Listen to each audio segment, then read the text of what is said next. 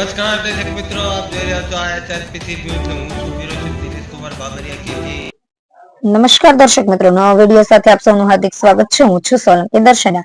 ઉપલેટા શહેરના ward number 9 માં આવેલ અંડરગ્રાઉન્ડ ગેસ પાઇપલાઇન તૂટી જતા અફરાતફરીનો માહોલ સર્જાયો. મળતી માહિતી મુજબ નગરપાલિકા દ્વારા ભૂગેવો ગટરની કામગીરી કરતા જીસીબી દ્વારા ગેસની પાઇપલાઇન તૂટી જતા જોરદાર ધમાકો થતા આજુબાજુમાં રહેતા રણાકો વિસ્તારના લોકો ગભરાઈને ઘરની બારોબાર નીકળી આવ્યા. પ્રેશરથી ગેસ ફ્લો થતા રહેવાસીઓ દ્વારા આગેવાનોને જાણ કરતા તાત્કાલિક તંત્રને જાણ કરવામાં આવેલી. ગેસની લાઇનનો વાલ્વ બંધ કરવામાં આવ્યો. મળતી માહિતી મુજબ મરકજ પબ્લિક સ્કૂલ ને કિડસ જોન સ્કૂલની વચ્ચે ગેસ કનેક્શન પાઇપલાઇન તૂટી જતા 15 મિનિટ સુધી ગેસની પાઇપલાઇનમાંથી ગેસ ફ્લો થયો. નસીબ જોગે રવિવાર હોવાથી સ્કૂલ રજા હોય ને ગેસના પ્રેશરમાં આગ લાગી ન હોય, નહીંતર હજારોની સંખ્યામાં લોકોની જાનહાનિ થાત. સંજોગ સમયે કોઈ જાનહાનિ થયેલ નથી. નગરપાલિકાની ઘોર બેદરકારીના કારણે મોટો અકસ્માત થતા ટળ્યો અને રહેવાસીઓ દ્વારા હાલમાં ભૂગેવ ગટરની કામગીરી રોકી દેવામાં આવેલ છે. રિપોર્ટર સોલંકી જીતેન્દ્ર રામધારી સાથે જયદેવી મંદિર, બોટાદ.